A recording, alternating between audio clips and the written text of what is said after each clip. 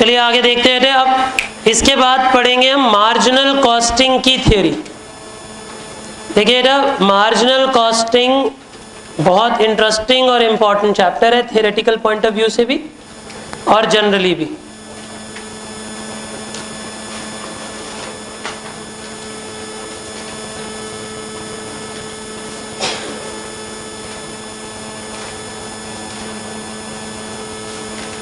देखिए रे, पहली मेन बात तो ये है कि मार्जिनल कॉस्ट किसे कहते हैं, कुछ याद है?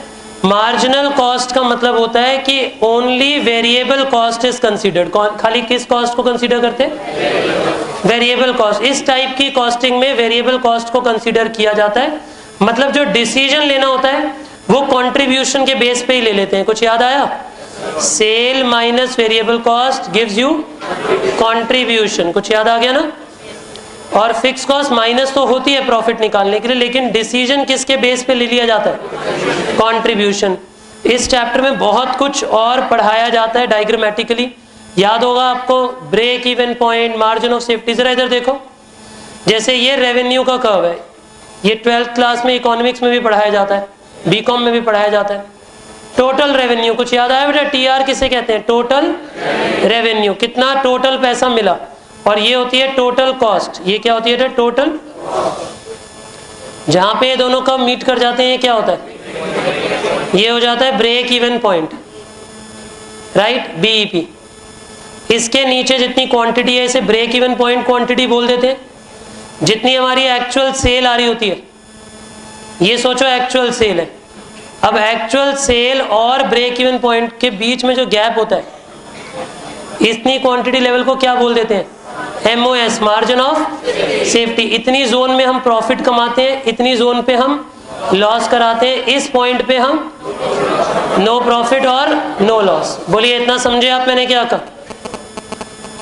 बोलिए क्लियर है बेटा? देखो, इस पॉइंट से पहले हम कराते हैं लॉस, इस पॉइंट के बाद हम कराते हैं प्रॉफिट। सबको याद आ रहा है? जिन्होंने नहीं भी पढ़ा हुआ है डायग्राम तो समझ आ रहा है बेटा आप सबको कि इस पॉइंट पे ब्रेक इवन पॉइंट आता है। और इसके बाद इन दोनों के बीच में जितने डिग्री का एंगल होता है ना बेटा, इससे पता लगता है कि प्रॉफिट कितनी तेजी से बढ़ेगा। जरा एक बात बताओ, मैं आपके सामने दो कंपनियों का डायग्राम बनाता हूं, बताना किस कंपनी में प्रॉफिट तेजी से बढ़ता होगा।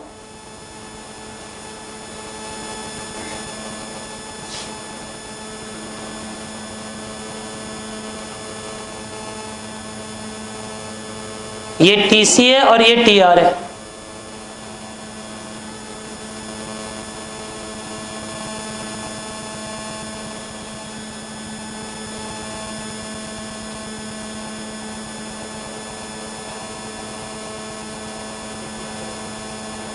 बताओ बेटा, ये तो ब्रेक इवन पॉइंट है। बताओ डायग्राम 1 या डायग्राम 2 किस कंपनी का प्रॉफिट तेजी से बढ़ता होगा? इसका देखो, ये जो एंगल बन रहा है इनके बीच में, ये काफी हाई एंगल है।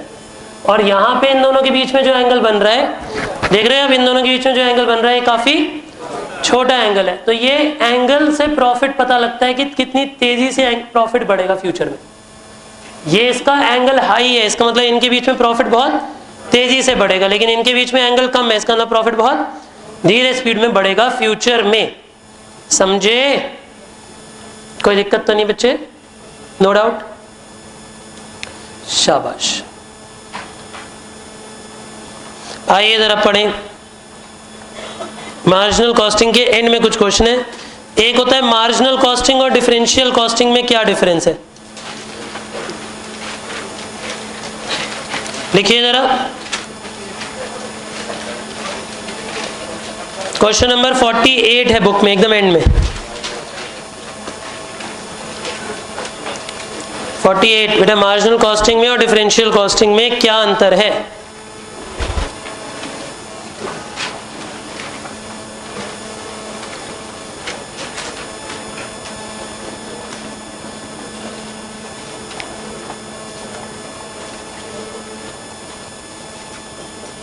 देखिए बेटा, मार्जिनल कॉस्टिंग में क्या होता है जरा समझना। मार्जिनल कॉस्टिंग में हमें फिक्स्ड और वेरिएबल खर्चे बिल्कुल अलग अलग पता होने चाहिए। फिक्स कौन सा खर्चा है और वेरिएबल कौन सा खर्चा है। लेकिन डिफरेंशियल कॉस्टिंग में इस बात से कोई फर्क नहीं पड़ता कि फिक्स खर्चा क्या है, वेरिएबल खर्चा क्या है। डिफरेंशियल कॉस्टिंग का मतलब होता है कि जब हमने लेवल चेंज किया तो कॉस्ट कुल मिला के कितनी चेंज हुई, भले ही चेंज होने में फिक्स कॉस्ट भी चेंज हुई हो, भले ही वेरिएबल भी चेंज हुई हो। बोलिए समझे आप मैंने क्या कहा? यानी हो सकता है फिक्स कॉस्ट भी चेंज हुई हो सकता है वेरिएबल कॉस्ट भी चेंज हुई हो। समझे आप मैंने क्या कहा? हो सकता है कि फिक्स और वेरिएबल दोनों खर्चे चेंज हुए, हो सकता है खाली वेरिएबल खर्चा चेंज हो। तो लिखो जरा बेटा एक बार जल्दी से, मार्जिनल कॉस्टिंग में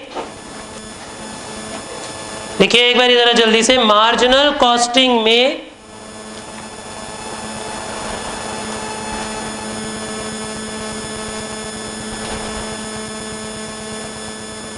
देखिए एक बार क्विकली, मार्जिनल कॉस्टिंग में सिर्फ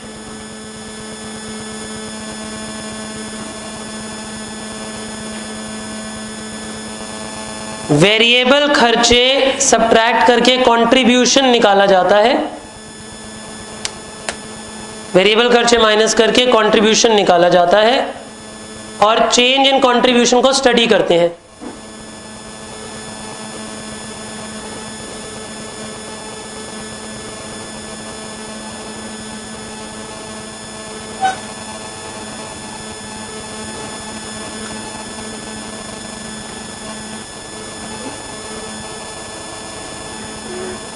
और चेंज इन कंट्रीब्यूशन स्टडी करते हैं,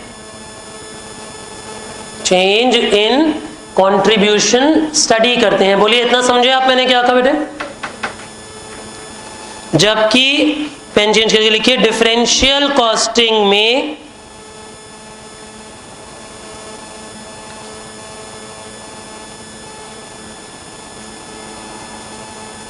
जबकि डिफरेंशियल कॉस्टिंग में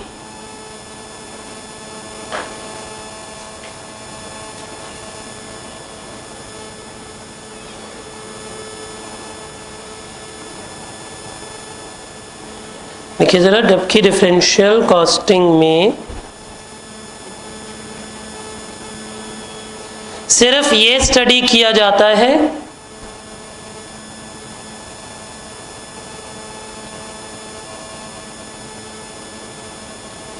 कि प्रोडक्शन लेवल चेंज करने पे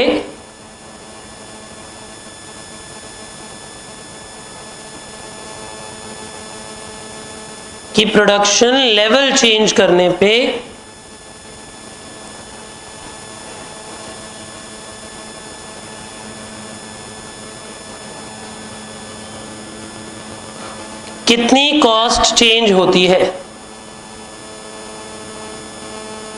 प्रोडक्शन लेवल चेंज करने पे कितनी कॉस्ट चेंज होती है।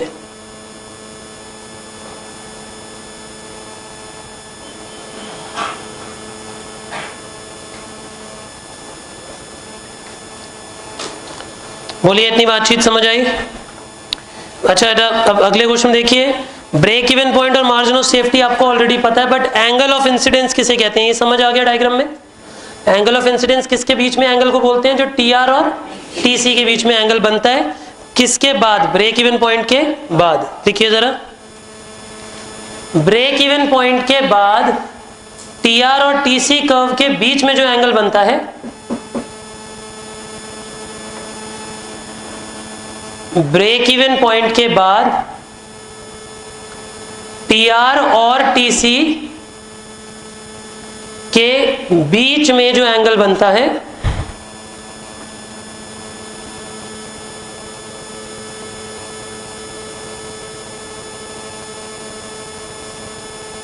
राइट, टीआर और टीसी के बीच में जो एंगल बनता है उसे एंगल ऑफ इंसिडेंस कहते हैं, उसे एंगल ऑफ इंसिडेंस कहते हैं।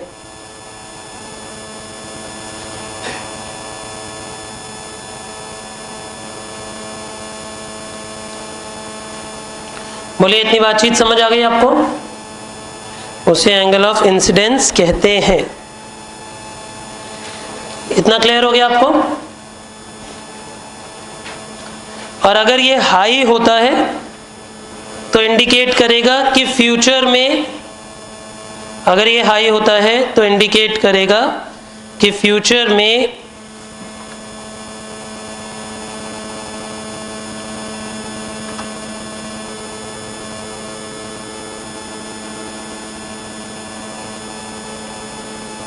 में कॉस्ट बढ़ने के, सेल लेवल बढ़ने के साथ साथ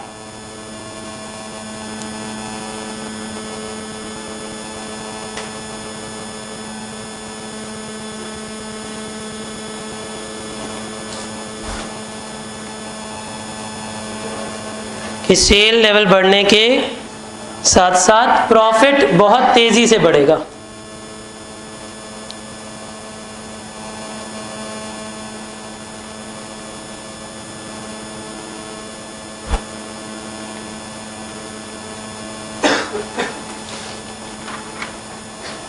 बोलिए, इतनी बातचीत समझ आई आपको? हमने क्या कहा परफेक्टली?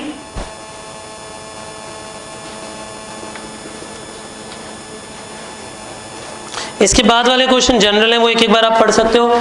इतना तो मार्जिनल कॉस्टिंग में आपको बता ही दिया जाता है कि इसमें खाली वेरिएबल कॉस्ट कंसीडर होती है, तो इसकी लिमिटेशन भी यही है कि मार्जिनल में खाली वेरिएबल देख के डिसीजन ले लेते हो, फिक्स के बारे में बिल्कुल ही नहीं सोचते, जबकि प्रोडक्ट का प्राइस डिसाइड करते हुए, सेल डिसाइड करते हुए फिक्स कॉस्ट भी सोची जानी चाहिए। ये टेक्निक एडिशनल ऑर्डर को तो डिसाइड करने के लिए ठीक है, लेकिन पूरे ऑर्डर्स को डिसाइड करने के लिए ठीक नहीं है। बोलिए, इतना समझे आप मैंने क्या कहा? ये टेक्निक एडिशनल ऑर्डर्स के लिए तो ठीक है, लेकिन टोटल ऑर्डर्स के लिए ठीक नहीं है। बोलिए, इतनी बातचीत समझे आप मैंने क्या कहा? चलिए, अब इसके बाद एक छोटी सी बातचीत और पहले कर लेते हैं। आई होप इतना समझ आ गया आप सबको। की फैक्टर के बारे में बातचीत करनी है, सुनिएगा जरा बेटा, ज्यादा टाइम नहीं लगेगा, 10-15 मिनट में। आज अगर हो सकेगा तो we'll leave the class a little early, don't worry.